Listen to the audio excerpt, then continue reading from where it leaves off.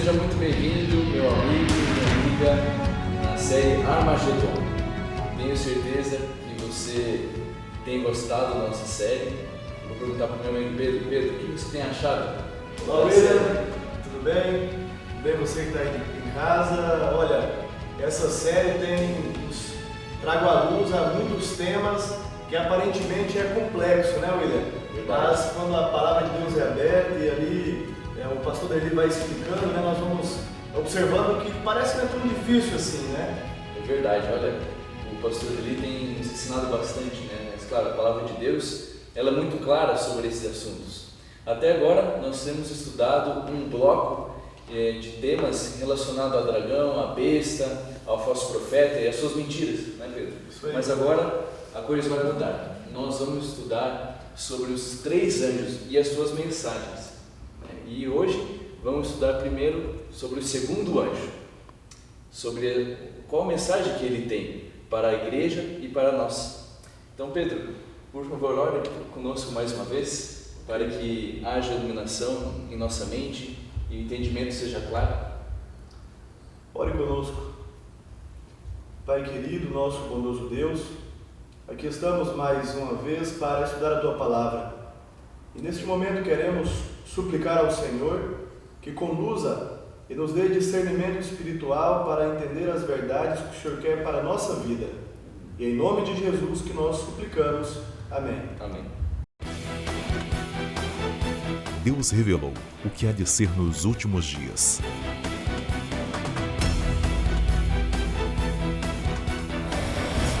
Haverá um tempo de angústia como nunca houve.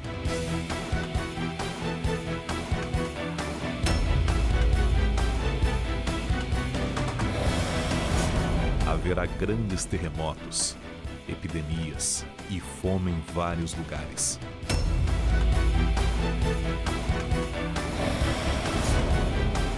O fim está predito. Você está preparado?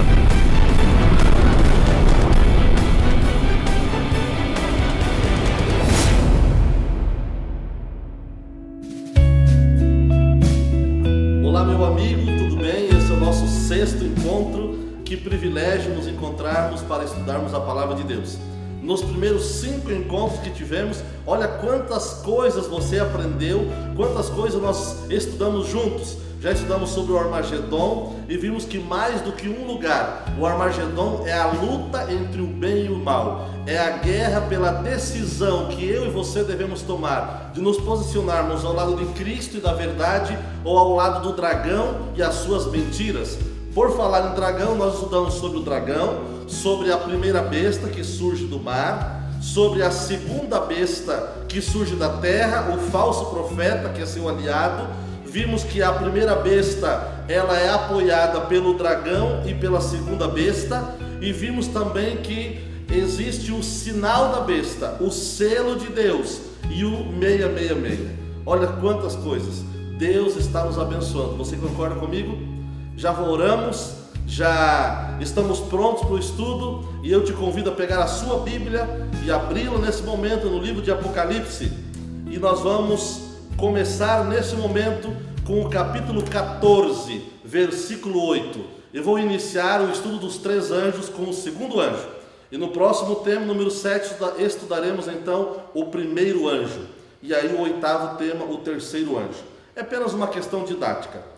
Capítulo 14, versículo 8 diz assim: Seguiu-se outro anjo, o segundo, dizendo: Caiu, caiu a grande Babilônia, que tem dado de beber a todas as nações, do vinho da fúria da sua prostituição.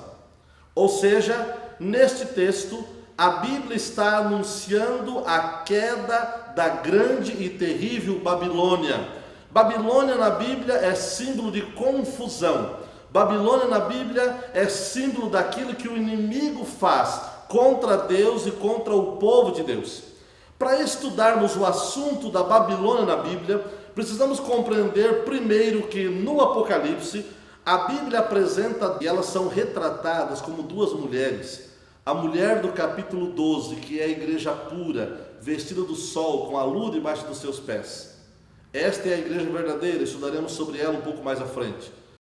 e também a igreja falsa, que nesse texto de Apocalipse capítulo 17 é retratado como a grande Babilônia. Então eu te convido a olhar comigo o capítulo 17, a partir do versículo 1, mas vamos começar com o versículo 3. E aqui diz assim: transportou-me o anjo em espírito a um deserto, e vi uma mulher montada numa besta escarlata, besta repleta de nomes de blasfêmia, com 7 cabeças e 10 chifres. Então vamos lá.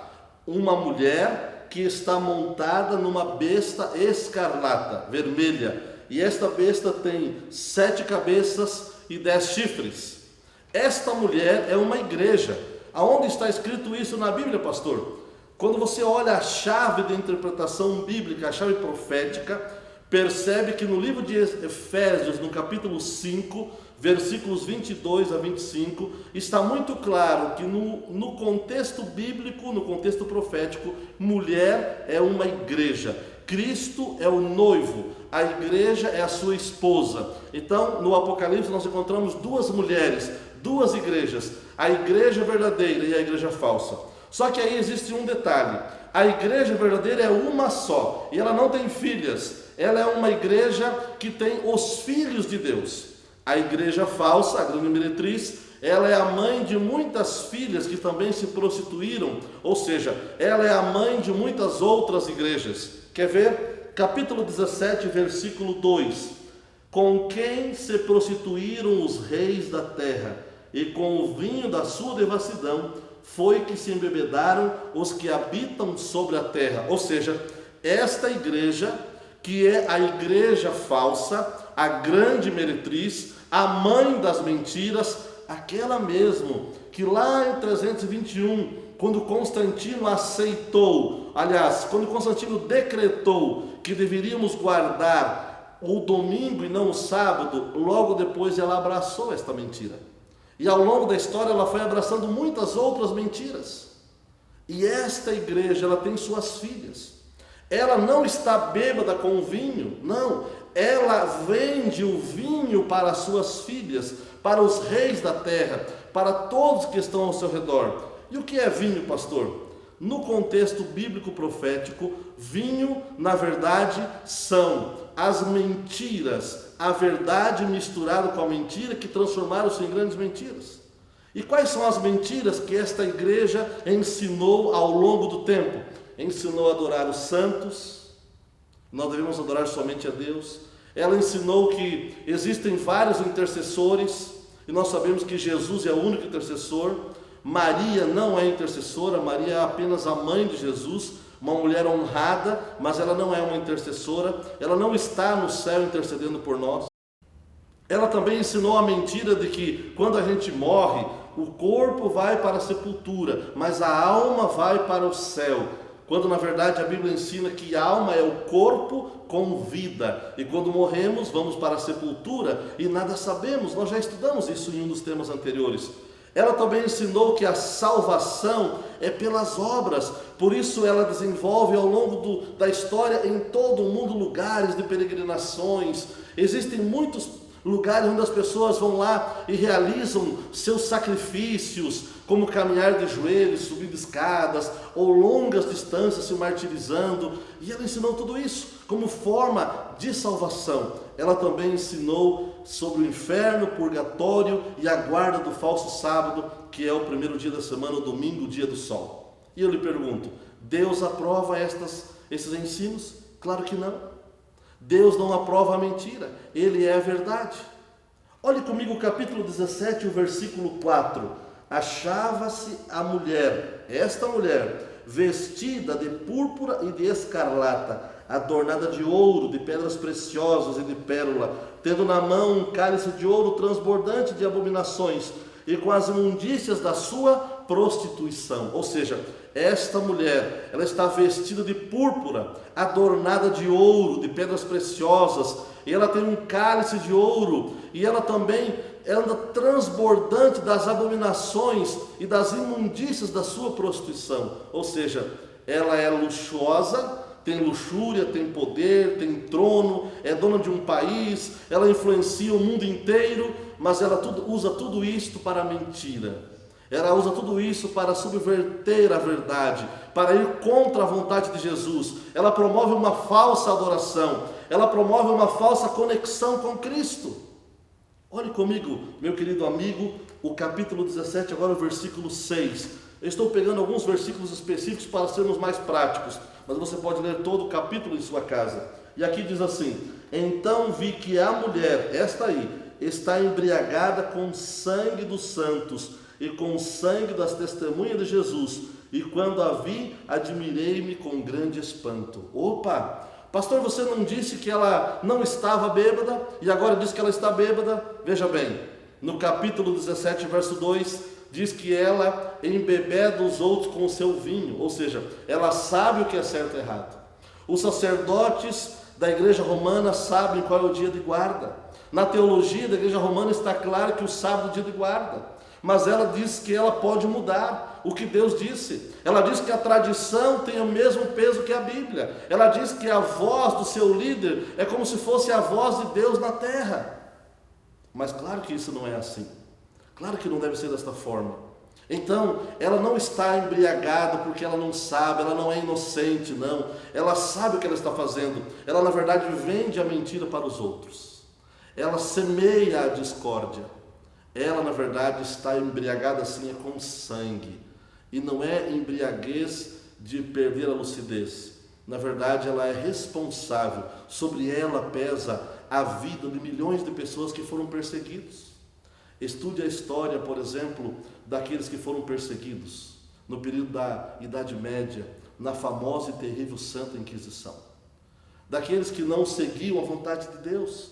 Eu poderia aqui nesse tópico ficar 1 hora ou mais te dando episódios da história que pessoas ou grupos de pessoas ou cidades inteiras foram arrasadas pelos líderes da igreja com seus exércitos papais que perseguiam aqueles que eram chamados de cristãos, guardadores dos mandamentos ou os famosos judaizantes, porque guardavam os mandamentos como estão na Bíblia Sagrada. Ou seja, Deus, Ele não se agrada, não aprova o que ela fez e ela continua realizando. Ela está embriagada com vinho? Não.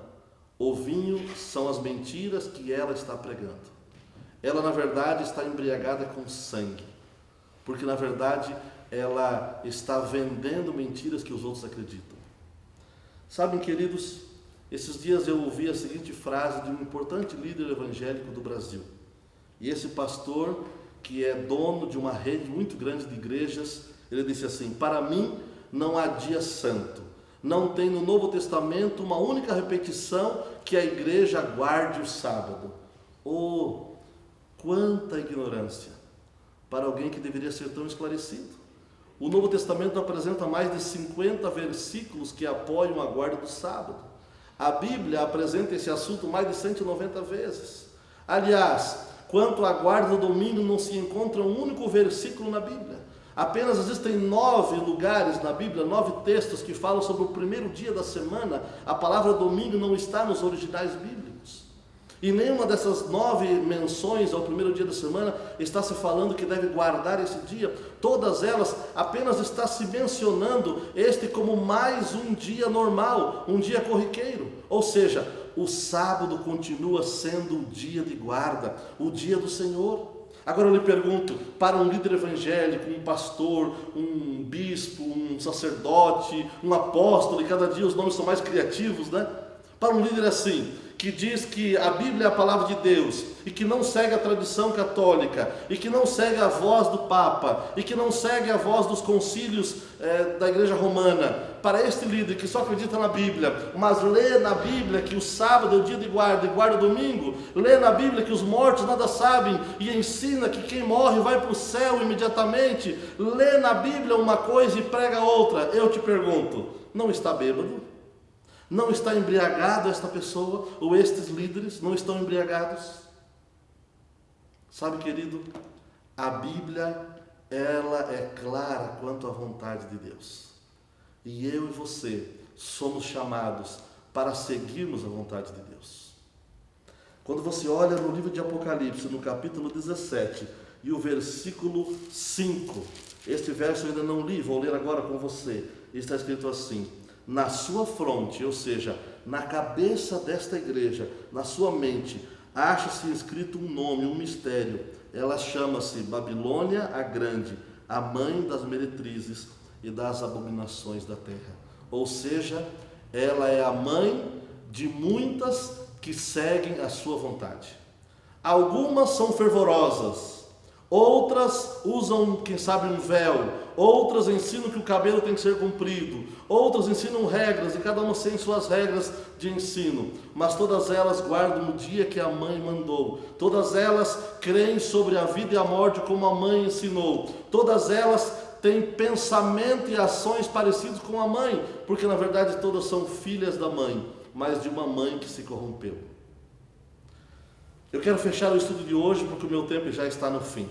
E eu quero ler com você o que está escrito no livro de 1 João, no capítulo 2 e o versículo 4. E lá está escrito assim: aquele que diz, eu o conheço e não guardo os seus mandamentos, é mentiroso, e nele não está a verdade. Você entendeu o que está escrito aqui? Aquele que diz, eu o conheço e não guardo os seus mandamentos, infelizmente é mentiroso, e nele não está a verdade. Não basta dizer, eu amo a Jesus, não basta dizer, eu sigo a vontade de Jesus, mas na verdade, se você não alia a sua vida com a vontade do Senhor, você só está jogando palavras ao vento. O que fazer, pastor?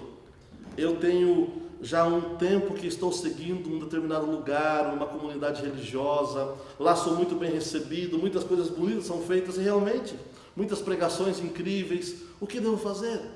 Você deve conferir aquilo que o seu líder religioso prega com a luz da palavra de Deus.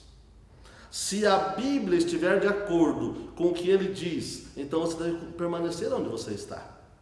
Mas se aquilo que ele ensina estiver diferente do que a Bíblia diz, sobre esses pontos distintivos da palavra de Deus, a Bíblia tem uma receita para mim e para você.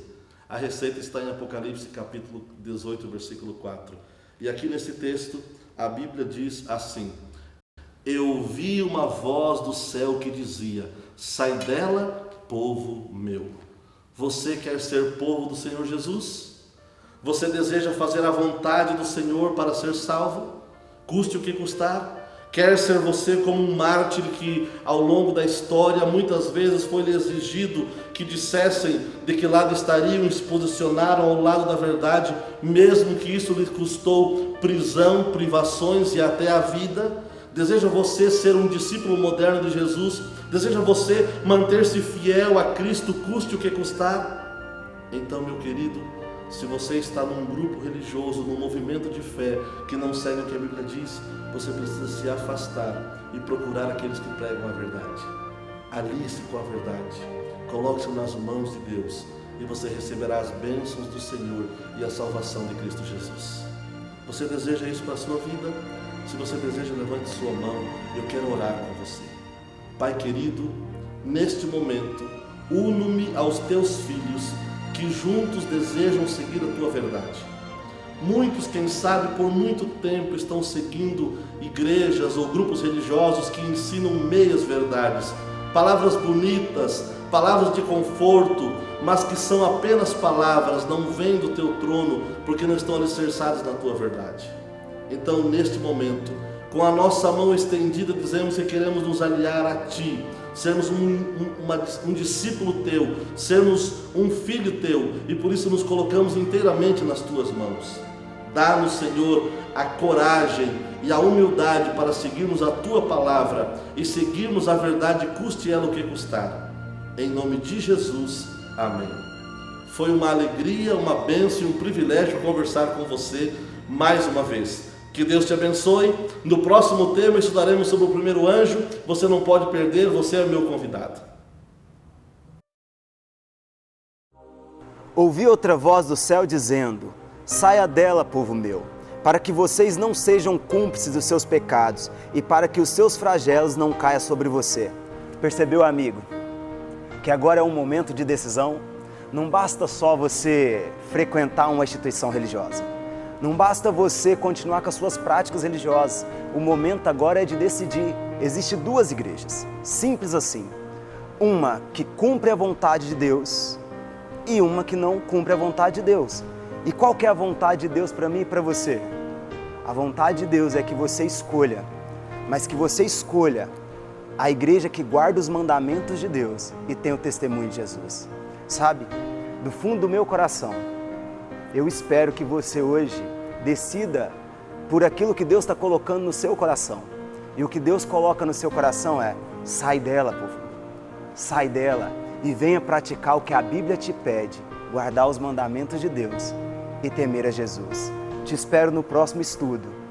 Até mais.